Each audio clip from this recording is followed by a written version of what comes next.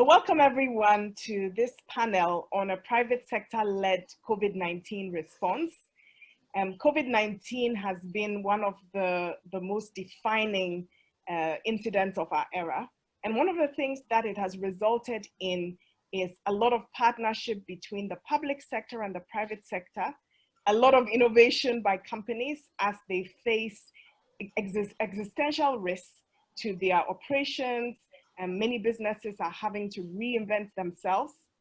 As the crisis begins to get to a climax, the conversation now is about recovery and what that means. What does that mean for a business that has been hard hit, or for a business that has been able to evolve and is now looking at long-term resilience and growth? What does that mean for somebody in the public sector who is thinking about policies that will result in bringing the economy back to life? And to help us with this, we have some interesting guests who have done a lot of support to both private sector entities and public sector entities in these times. I'll let them introduce themselves. And so starting off with our first panelist, I'd like you to introduce yourself, and in your introduction, give us one example of something that has been done by either a business or government or an industry association that inspires you because you think that it sets them on a great path to recovery and to being part of that positive private sector-led COVID-19 recovery scenario.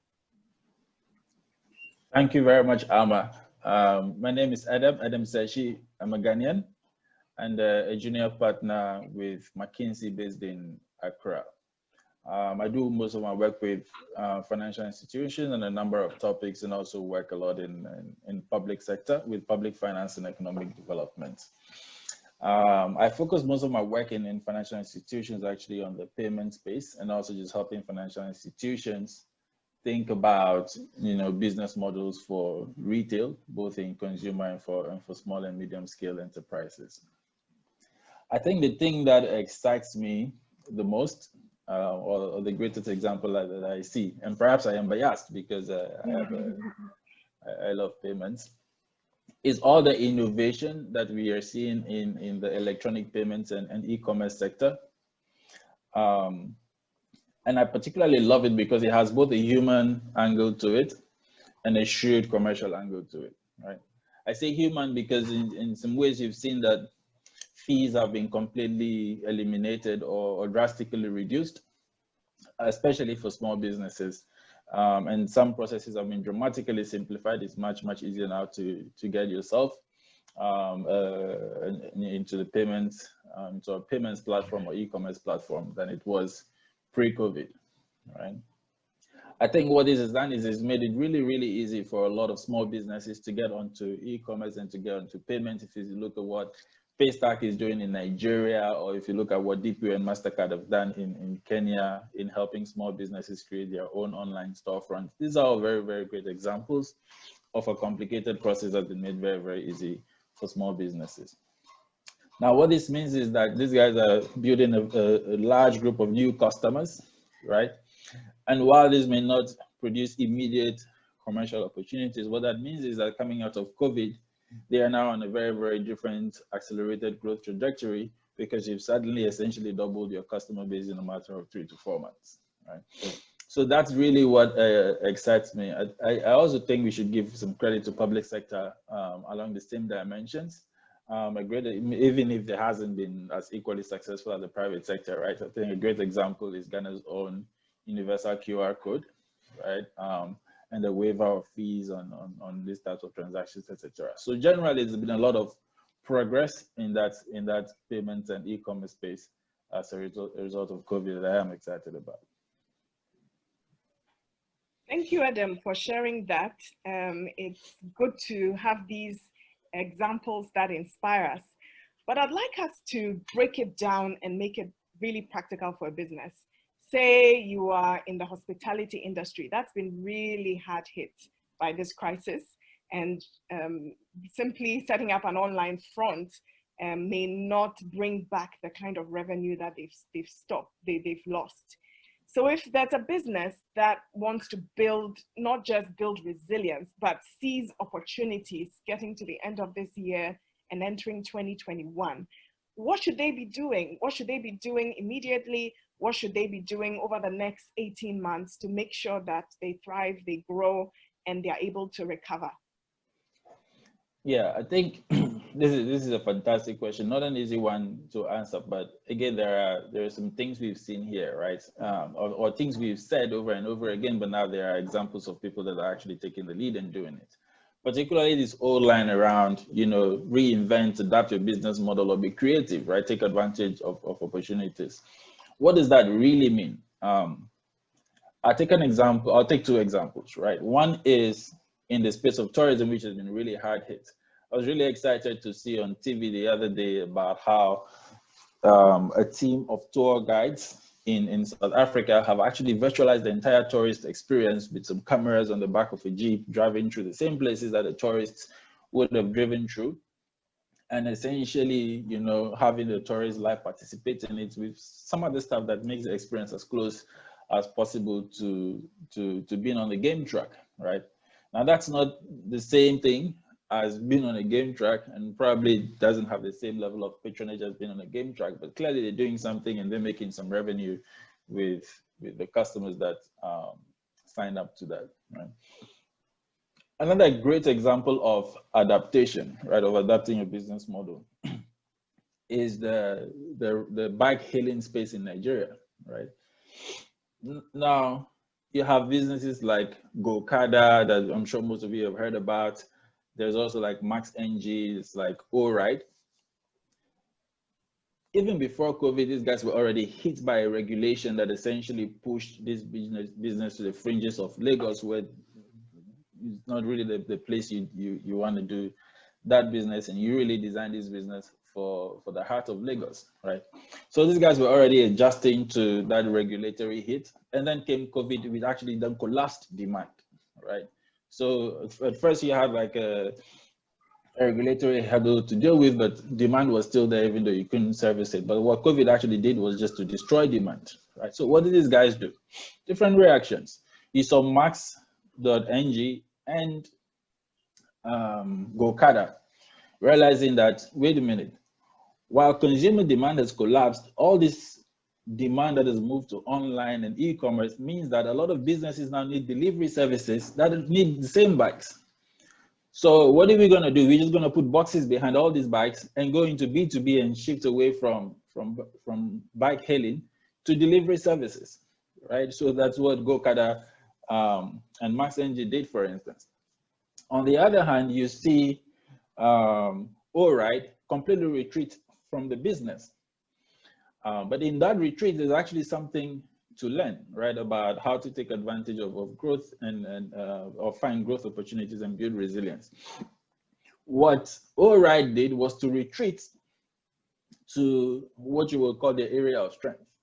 Because what they had also been building in this, they were building an ecosystem. So they also had a bit of a payments play that was a very much offline payment-driven business that now took off because of COVID, but it was already growing very fast because of it. So one thing they did is one thing that everyone needs to do, which is preserve capital, right? So rather than deploying capital all over the place, they retreated all the capital to focus on the one thing that they realized they had a competitive advantage in, which is the payments business that was, taking off like wildfire in some parts of the country that even mobile money had difficulties reaching, right? Now, the thing to keep in mind is that what allowed them to do that was that they had diversified prior to COVID, and so they could retreat to an area where there was still growth if they believed that some other part of the business was badly hit. So I think those two things, right? Those are two great examples of one, what it really means to adapt your business model, right, and think creatively about responding to changes in environments. And the other thing about then having, which is really a growth thing, right? This is not really about just surviving, that's growth. Then there's the other thing about actually surviving, which is you need to be really smart about where you put your capital, the very little capital that you have, right? and make sure that it's focused on an area where you truly believe that you have an edge to compete. I think finally, the other thing is that you need to build partnerships in this area, but we'll talk more about that later.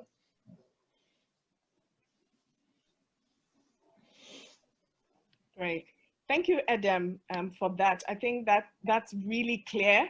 Just thinking about it, you're talking about innovation, you're talking about being realistic, saving capital, and preparing for the future growth, focusing on the places where you are sure that you're going to have growth and you'll be able to operate. Absolutely. I know we have a number of people from the public sector in the audience. They are working on policies to drive business resilience. When you think about the businesses you work with and you consult with, what are some of the things that public sector needs to keep in mind? What do they need to be doing immediately and over the next 18 months to ensure that businesses continue to be resilient and to grow? I know in Ghana, there have been a number of policies reducing, giving extension on tax payments, reducing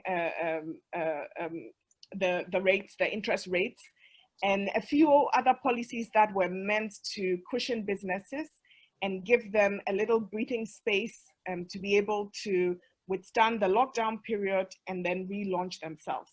What else could government be doing, and what do policymakers need to keep in mind? Fantastic. I think one, it's in order to acknowledge, the breadth of the interventions that have been put in place, especially in our economies where we do not have a lot of bandwidth in terms of revenues or excess funds, to be able to do some of the very sprawling things that places like the US and then Europe are able to do, right? So it's a very challenging territory to navigate for our governments, and impressive to see that in the midst of all that challenges, the right type of prioritization has been done to put a lot more capital towards small businesses. I think one more thing that could be done though is to think of the entire economy as a business that is competing in a global place of businesses, and to ask the question, how do we actually make the entire economy itself competitive, right? And what do I mean by that, right? So I think if you take, there are certain things like capital controls, your exchange rate controls, etc. Things that Ghana actually does quite well on. But then you think also about taxes and about import taxes, about export duties and things like that. And you need to be asking yourself, on a global scale, am I being competitive, right? I'll give you a very practical example on e-commerce, for instance, right? So I know someone who imports, for instance, a rice processing plant in Ghana and pays a tax that is somewhere in the region of 45%, right? Now, if you think of this person as a Ghanaian, they don't have much of an option because they want that plant in Ghana, and so they're going to pay the tax. But if you start to think about someone who is operating in a global marketplace and it's a business or an investor, they're not bringing that machinery to Ghana. And that's a machinery piece of equipment that Ghana actually really needs in a lot of quantity. So you wonder why you should be paying 45% tax on something you don't make locally but do need, right?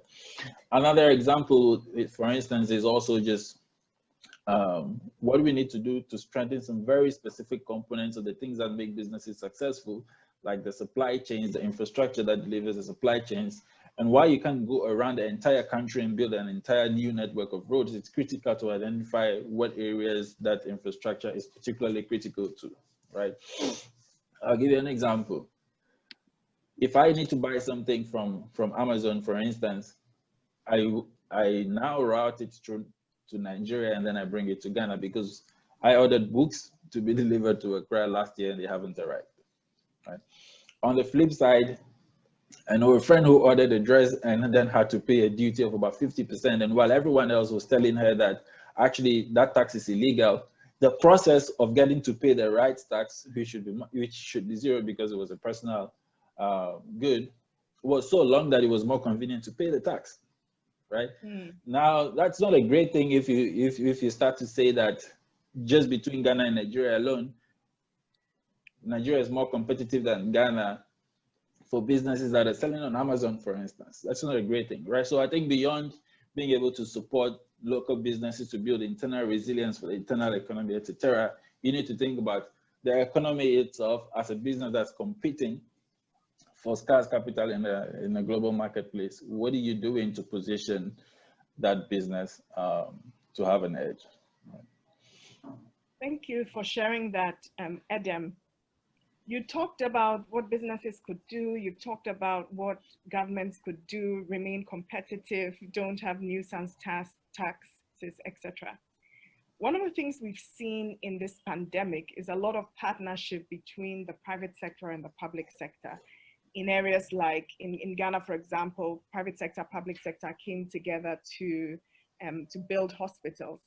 We found that various industries, the banking sector, partnering with the Bank of Ghana to come up with policies that could help their customers who are SMEs to thrive, to create products that were purpose fit for a crisis like that, giving people moratoriums, adjustment in interest rates, adjustment in facilities so that businesses would not close down. How do we sustain some of this to fuel a stronger economy? I mean, how do businesses, business associations that are supposed to engage government and advocate on behalf of their members, etc., how do they continue to ensure that effective partnerships that result in some of these actions continue? Fantastic question, Amma. I think one thing this COVID-19 has demonstrated was that we always had the capacity to build deep and meaningful partnerships that actually deliver results. We just were never deliberate about it.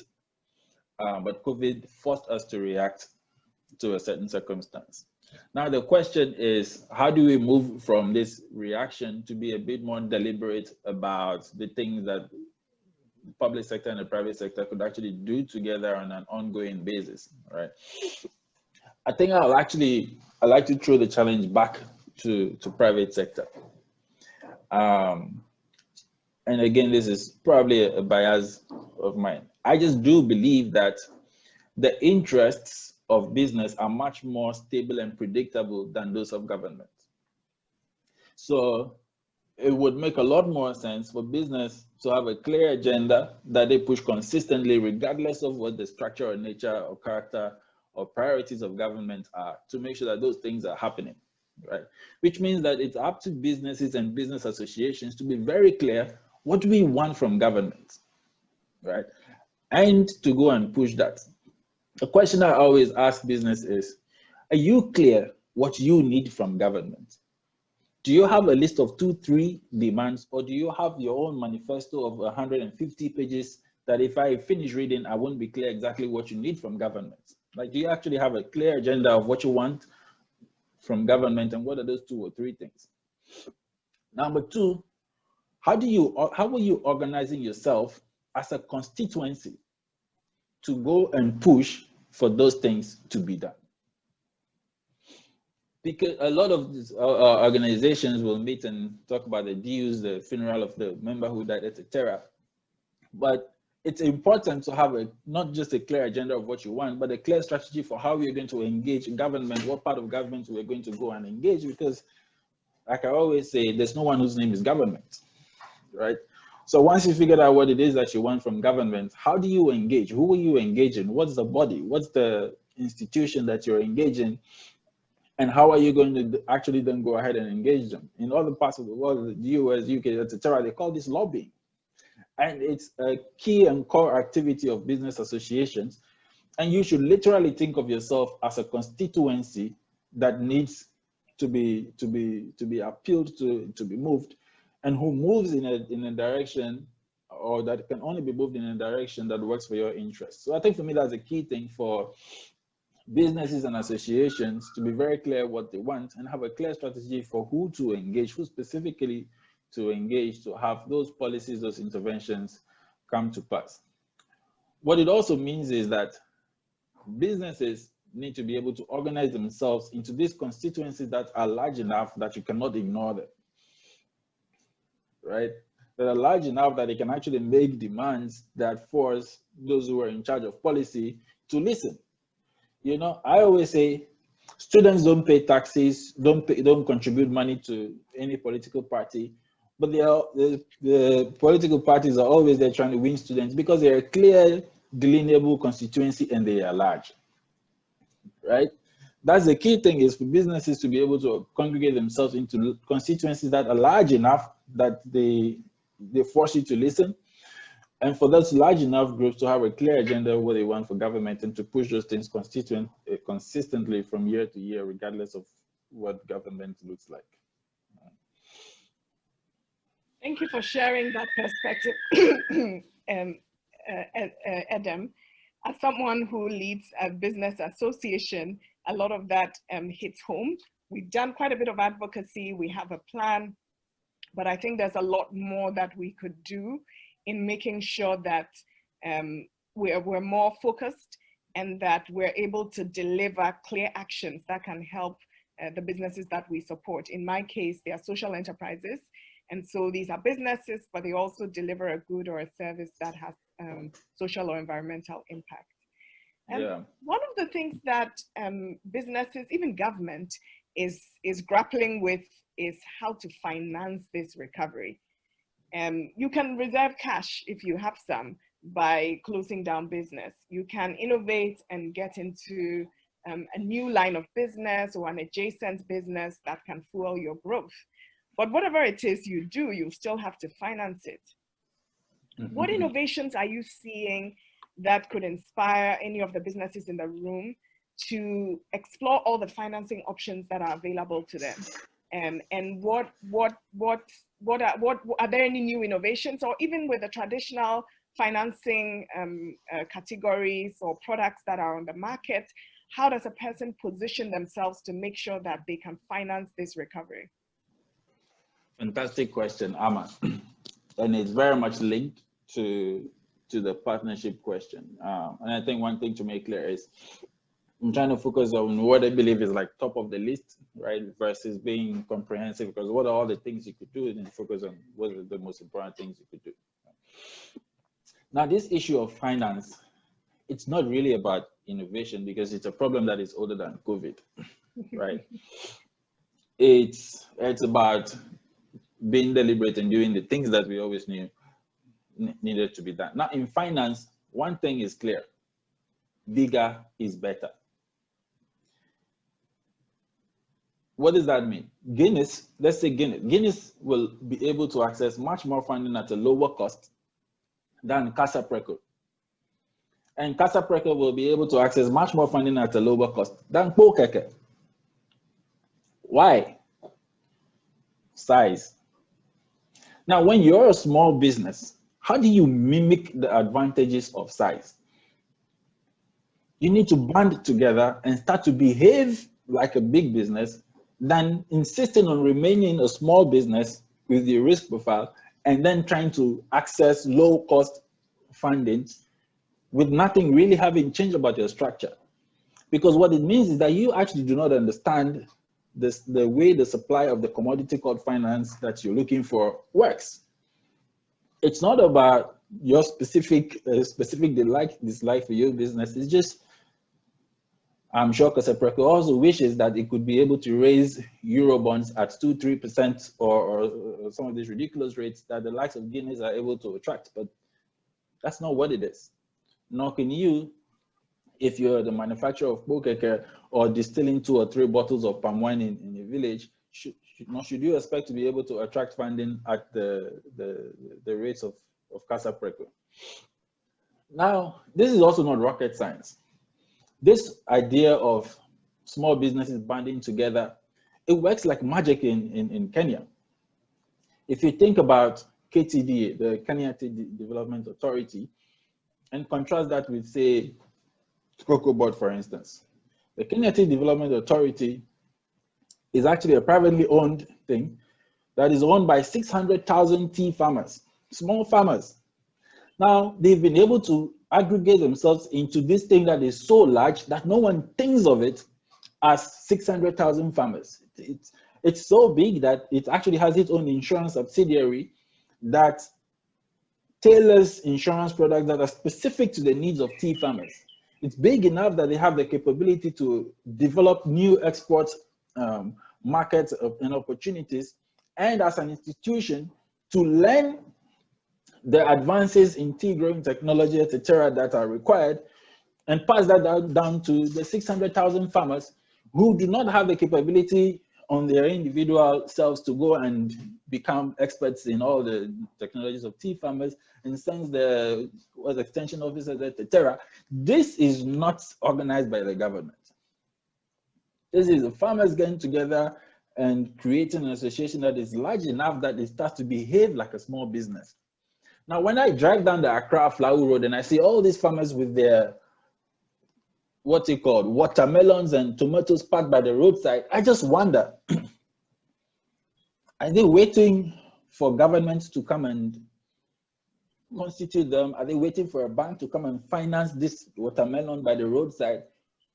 That can't be the plan, right? Because even I wouldn't finance a business that's relying on being able to sell watermelons by the roadside that will probably dry or go bad in another week or two,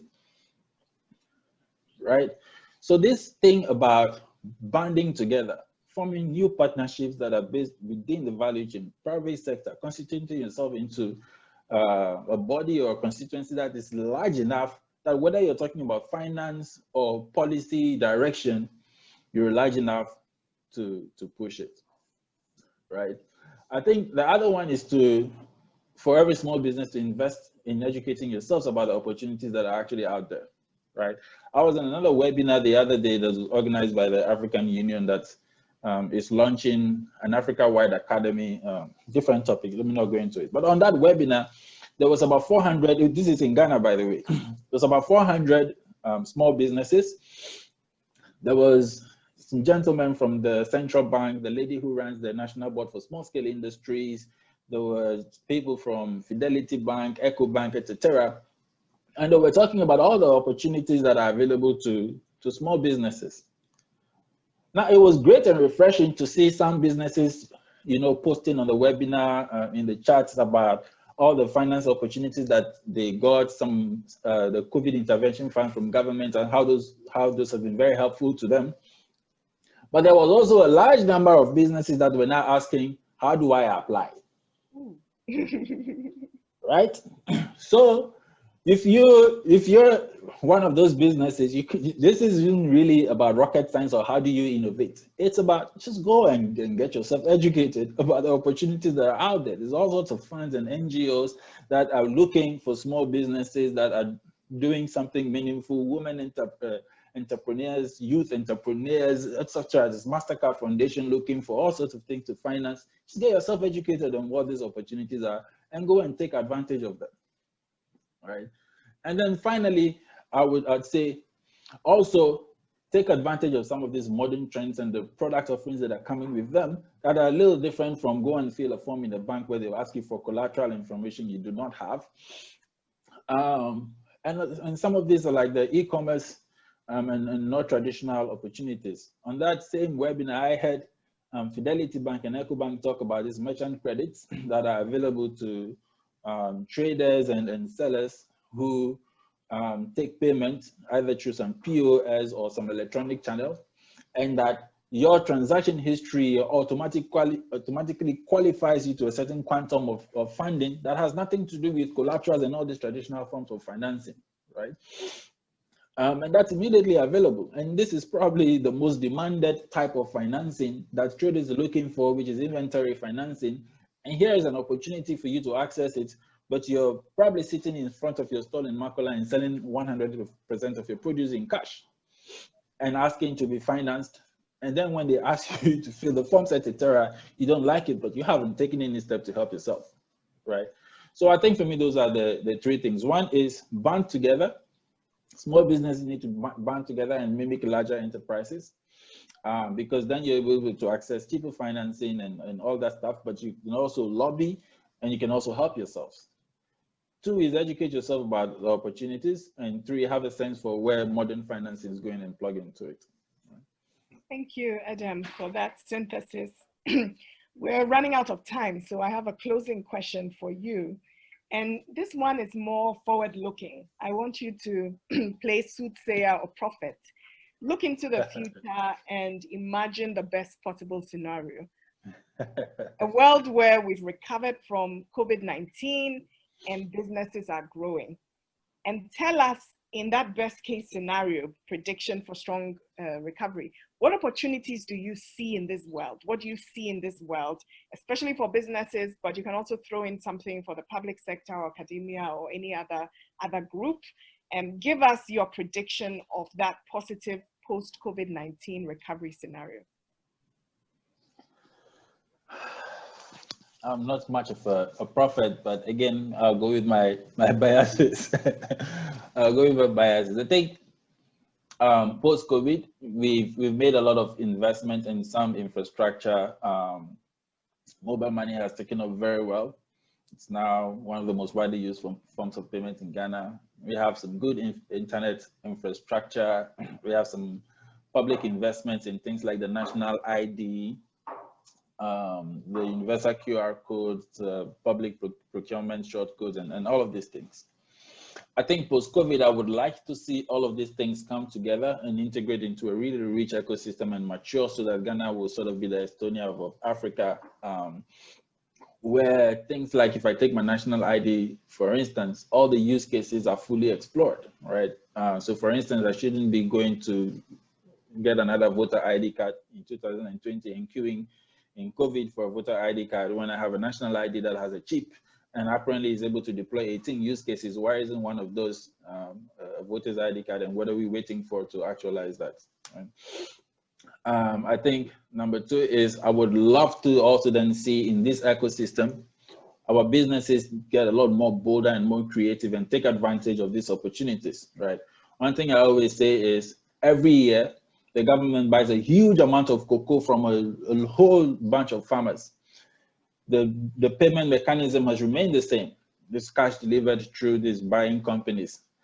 Where is a private sector leader who's going to take this on and decide to digitize that entire thing and create a business for themselves, right? Versus trying to broker electricity bills that everyone else is competing for, right? So I think for me, that's the future I imagine. I really want to see all these investments mature and come together and form a really rich digital ecosystem and make Ghana the Estonia of Africa. And I really want to see our private sector players step up and solve homegrown Ghanaian problems that are already large and represent an area for the opportunity. Thank you, Adam, so much. That's a world that I'm looking forward to, and hope that we'll participate in it together.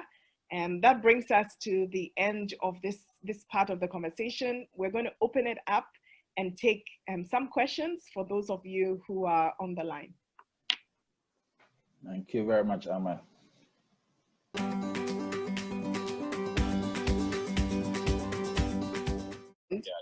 And thank you all for listening to that. As you can guess, because my hairstyle and jacket have changed, that was a pre-recorded session. And we pre-recorded to make sure that we would not have any issues with the technology. But this Q&A is live, and I'm delighted to have Adam, who was the panelist, but also Amandla, who was our second panelist, but who was not on the call. And so Amandla, I'd like to kick off by asking you to introduce yourself. And as you introduce yourself, tell us a bit more about an example of an initiative by private sector, business, government, or others that inspires you, that points to this private sector-led COVID-19. We also have a poll that is showing on the screen, and that is, the poll is giving us a sense of who's in the room. So I can see 24% of us are from government, 24% are entrepreneurs, and the rest are a mixture: investors, civil society, and some community facilitators, knowledge institutions, etc. So Amandla and Adam will think about the audience as they answer these questions and make sure that their answers are relevant to you. So straight to you, Amandla, to introduce yourself.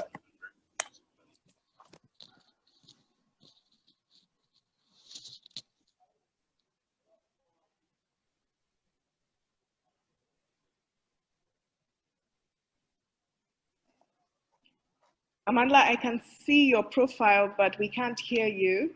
Hi, Emma. Can you hear me? There you are. Yes, we can hear you now. You can hear me now? Yes. Wonderful. It's a pleasure to see you all. Just having some tech troubles getting the audio connected. My name is Amandla Okombaka. I'm an associate partner in the Nairobi office at McKinsey. I lead a lot of our public sector agriculture work in the region. I do all my work in agriculture and food, and I've had the immense privilege of spending a good amount of time in Ghana, actually working on issues of tax as well as issues of agriculture. Thank you. So the first question is there any initiative that inspires you that you could share with us? It could be something done by private sector or by government or by business association, but that points to a strong private sector-led COVID-19 recovery or post-COVID growth.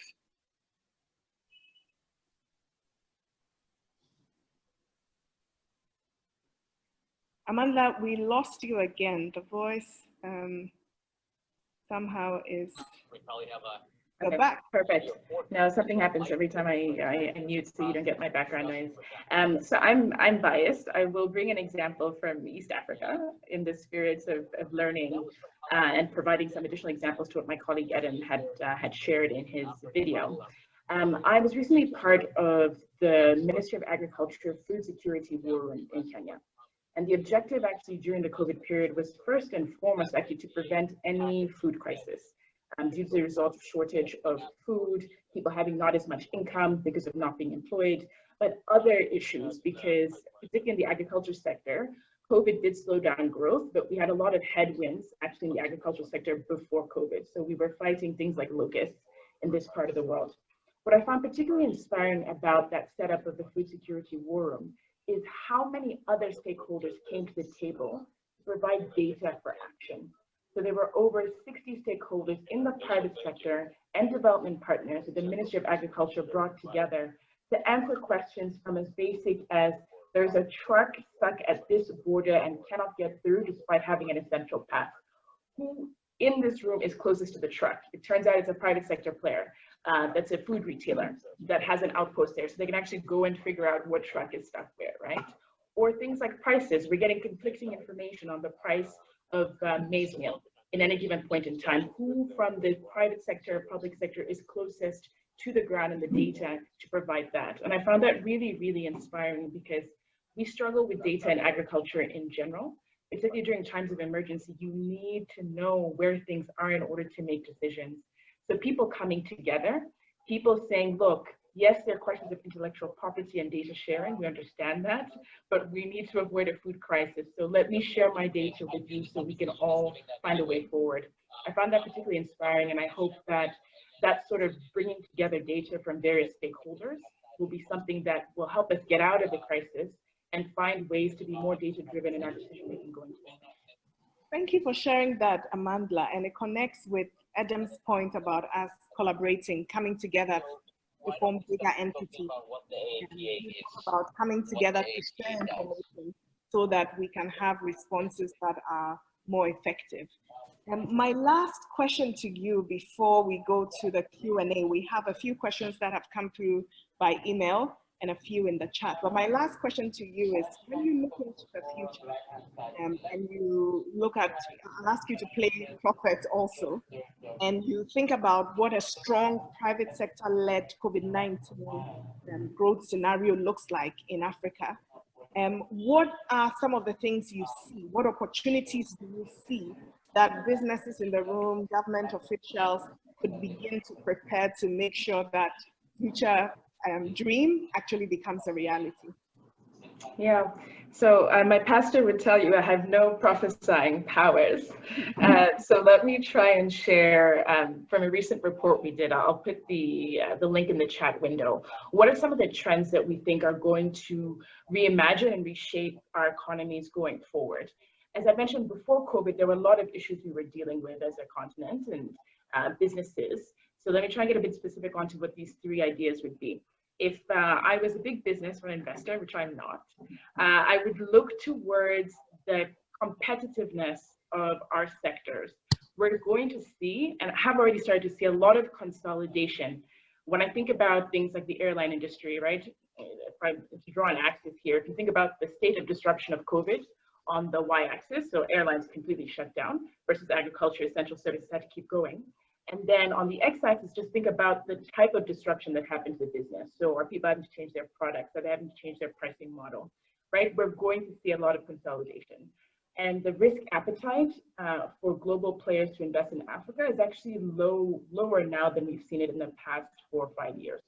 So if I was looking to make an acquisition or make a divestment, depending on the industry, I think this is a good time to do that. We will be driving the consolidation across most of the sectors that have really suffered from COVID, hotels, tourism. But I think we also have an opportunity as we think about innovation for the sectors like the one I spent a lot of time in agriculture. It's a question about really how do we bounce back fast. So in Kenya, and I think it's a similar case we've seen in Ghana as well, where there's a lot of fruit and veg that's actually exported, or in Ghana's case, cocoa. How do we make sure that the shortening supply chains are actually something we lean into, right? The fact that we don't have as much logistics freedom to move. So that's the first one. The second one I would think about is actually on manufacturing, so I'll continue there. Currently, 40% of every dollar of manufactured product in Africa is imported. So it means that there's 40% of inputs we're just getting from somewhere else. Again, I don't think that's a tenable future. We've shown some bright spots on things like PPEs, for example, which are very, very small, but we've shown the ability to very quickly localize supply chains there. When I think about food, I always bring up this example in your neighboring Nigeria, right? For all the jollof rice that's eaten in Nigeria, I am a fan of Ghanaian jollof, let me say that, and Senegalese jollof as well, but there is no commercial production of tomatoes in Nigeria. And so we need to fix some of these supply chain issues in manufacturing so we can bring down that proportion. If you're interested in manufacturing, I think it's a really good time to lean forward. And then the final thing, I always like to say that the informal economy is the economy in Africa, right? We can survive the demise of 1 or 2 big businesses. I would not wish that upon anybody, but the economy will survive. If the informal sector collapses, we are in real trouble. So I think for me, it's what ideas are going to catalyze the formalization of our SMEs. When I think about companies like Google and what they're trying to do, bringing Google Suites to businesses and SMEs, really, what does a business suite of management tools look like? That to me is really exciting from a private sector angle, but also from governments, because if we formalize these SMEs and we make people pay taxes, we have to give services back to them. So those are the 3 areas I would look at, right? This consolidation, M&A, particularly in the sectors that we know are going to be fundamentally reshaped. Manufacturing, so we can actually manufacture a lot of the inputs that we then, we can grow a lot of the inputs that we then manufacture. And then finally, this catalyzation of SME formalization. Thank you for sharing those. Lots of opportunities for those on the line. Go out to buy a business. If you have the resources, think about localizing supply chains, manufacturing, and look at formalizing the informal sector and what you can supply there.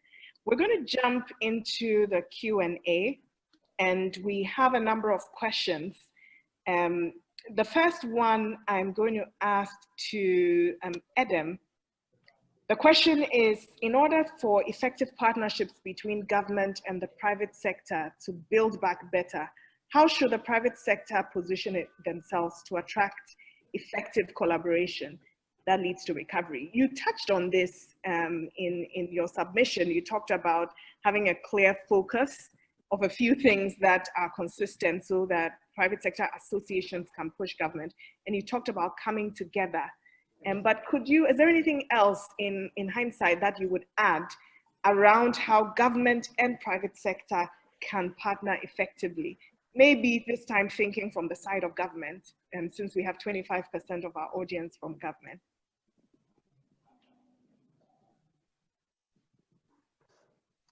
Edem, you're muted.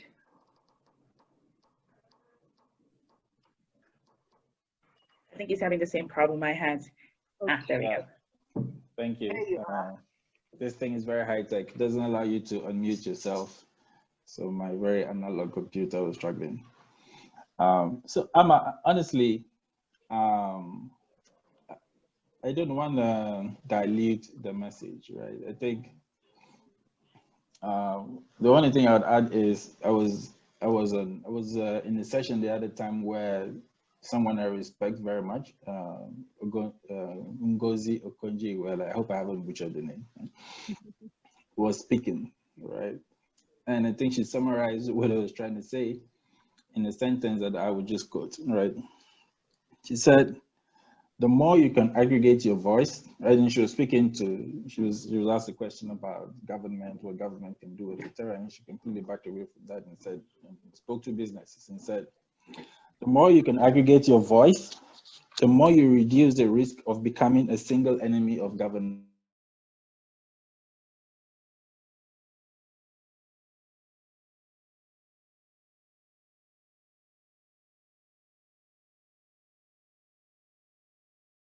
Really the long and the short of it, right?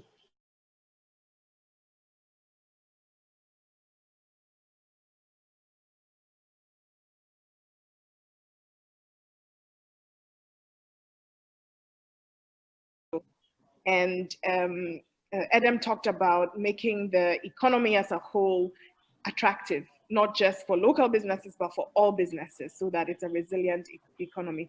But are there other things that a government could do on a structural level that could help private sector bounce back better? Yes. So I would not underplay at least the first of those challenges about access to finance and access to financing. So if we go back to this trend of SMEs, so 70 to 80% of businesses across the continent are SMEs. They're providing more than 60% of employment. It turns out half of them are in Nigeria, according to our most recent analysis. And then, between Kenya and Ghana and Tanzania, you get the next 25%, and then it's quite a long tail at the end. So identifying who these SMEs are and identifying how to target them with financial access that makes sense is, I think, the #1 challenge people are going to face. What we've seen in the ag space, where I spend a lot of my time, we know who the big fertilizer players are, the Olams of this world, the ETGs, and they know who their agro dealers are. So if we're going to try and provide access to finance to agro dealers, the government is actually, it's much harder when you're not all registered like they do in India. They have the Aadhaar system where every single SME is registered, but in our case, you don't have that. I think trying to find a way to get the financial access to larger players in the value chain who then know who the SMEs are is really important. And there are many more ideas we can talk about there if people have questions. I think the second challenge I would mention and what government can do is actually just on communication.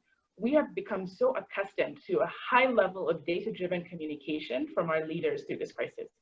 It's been phenomenal, just the level of communication we've seen from South Africa to what you're seeing in Ghana with your president and the Minister of Finance. We need to continue having that level of transparency and communication, particularly on policy changes going forward. So I think that is a really big constraint. If one day the tax rate is this, the next day it's something else, right? If one day this is an essential service, the next day it's not, that disruption can be really, really challenging for businesses. So I think maintaining transparency and communication, particularly around policy, is probably the second challenge, but I think government is actually in a good place to try and solve. And then the third thing I actually think, which worries me enormously, is when I think about things like education, right? When I think about particularly education of the girl child and what has happened during the crisis, I worry about the talent that we'll have going into these jobs in 2-3 years, right? Because you're out of school for 1 semester, maybe you go back. You're out of school for 2 semesters, the likelihood that you will go back diminishes by 60 to 70%. And I don't think that's an issue that's gotten as much airplay during the crisis, and I think is so relevant to the SDGs and making sure they happen. So that is a constraint I think we will really face over time. And I'm concerned when I think, again, look at Kenya. I'm like, we've had 6 months of this crisis. Have we built schools? And we're talking about capacity. Like, what are we doing with procurement of, we talked about the 1 laptop per child. The kids who were promised those laptops 6 years ago are now 6 years older, right? So that third issue around just our longer term human capital really, really does concern me. And I think will become a constraint to businesses large and small very, very quickly. Great. Thank you, Amandla, for that. We have two questions in the chat. There's one around whether financial options for SMEs in Ghana are available irrespective of the political party you belong to. And I'll take that because I've been supporting social enterprises in my association to access the government funding. And I can tell you that if you apply and you meet the requirements, you will have access to finance irrespective of the political party that you belong to. But also piggybacking off what Edem said about associations and being part of a bigger group so that no individual business is being dealt with on its own sort of merit in lobbying, but you're being seen as a block is one effective way. If you happen to be a very politically active person who is also in business, that is one way that you can make sure that you can engage. Our second question from the chat is from someone in Northern Ghana, Angela, and she's asking if these recommendations can work for someone in Northern Ghana. Edem, you know Ghana well. I guess the suggestions he's asking, banding together, etc. Any reflections on maybe rural versus urban, or for the north of Ghana versus the south? Yeah, thank you, Amma. I think if you're a financier, right, you tend to think more about industries and value chains, right, and what works where. And I would assume that businesses and the way and where they locate, right, are already indicative of what industries and value chains drive in those specific locations, right? And in that sense, then capital, should be agnostic to location. The other thing I would say though is something about visibility, right? Depending on where you are, you should make the required effort into making yourself visible. And that is super critical, especially in our environments, in places like Ghana, Nigeria. And if you're in Ghana, if you're in the north, it just means you have a lot more to do to make yourself visible, because the things that you seek, including capital, capabilities, etc., are just that much more harder to find and in limited supply, right? So if you do not make yourself visible, it's not only capital that is your problem to worry about, right? You also have talent to worry about, because people cannot go to places they do not know, right? And the best talent wants to go to the coolest places, right? So you do have a duty to make yourself visible if obscurity is your challenge, which I assume is what is implied in this question, right? So the question is, how easy are you to find? What are you doing to make yourself visible, right? So that the capital that is looking for businesses in these industries, etc., can find a way to you, but also some of the things that you need to actually improve your access to that capital, particularly talent, can find you. And also just like access to innovation and things that do not have so take, for example, I think someone mentioned the Google AI Center in Ghana, for instance, right? Now that's not something that necessarily has a cost to it, but if you're not visible, it will not find you, right? So it's not really about capital and where it's available. I think this is really an issue of you need to invest in making yourself visible if obscurity is a challenge, particularly in an environment where all the things you're looking for are in short supply. Thank you. And I can tell you for a fact there are some enterprises that are not necessarily the best in terms of their commercial fundamentals, but they're just the most visible and so attract all the things that you're looking for. Thank you, Edem. And in this era of social media, there are many ways to be more visible inexpensively. Unfortunately, we've run out of time. The conversation has been so interesting. I wish we could go on, but we have just enough time for some concluding thoughts. So Amandla, as we wrap up, any concluding thoughts from you, especially from the perspective you have in agriculture, but I'll leave it open and ask any concluding thoughts on the topic. Yeah, so I think you probably have guessed what my message is going to be. It's all about how we figure out catalyzation of SMEs. I think that the recovery path through the crisis is jobs, jobs, jobs, and it's also jobs, jobs, jobs. And those jobs are going to come from SMEs. And so as you think about if you're a player that's higher up in the value chain, it's really to ask yourself how you can continue to support resilience of these SMEs. In some cases, formalization might be the answer, but you also cannot formalize by decree. So it's really that balance of trying to understand how you can best support the smaller SMEs further down the value chain. If you are thinking about starting a business, now is a fantastic time. There are dramatic challenges, but Andela, Uber, Airbnb, they were all started during the last financial crisis. And so if you have the opportunity to provide jobs for people, I think you have a personal responsibility to try and do that. And then I think from the government side, in really just trying to enable the environment for business, it's critical now more so than ever before. It's important for governments to balance that with competitiveness, because the consumer at the end of the day is not the person that has to struggle, but it's really about jobs and SMEs and how you can catalyze them is the path out of the crisis, in my opinion. Thank you, Amanda, for that. Adam, any concluding thoughts from you? No, I think it's, for me, I'd really like to see, I think Amanda mentioned some statistics earlier, right, about how SMEs are something like more than 60% of our economies. In West Africa, that concentration is actually much higher. So in Ghana, it would be somewhere between 85 and 90% of the economy is MSMEs. And not just in terms of number, but also in terms of employment, right? They actually employ the bulk of the population. So I would like to see, really, I'm really hopeful to see how that 80 to 85% constituency translates into a commensurate level of influence on the direction of government policy.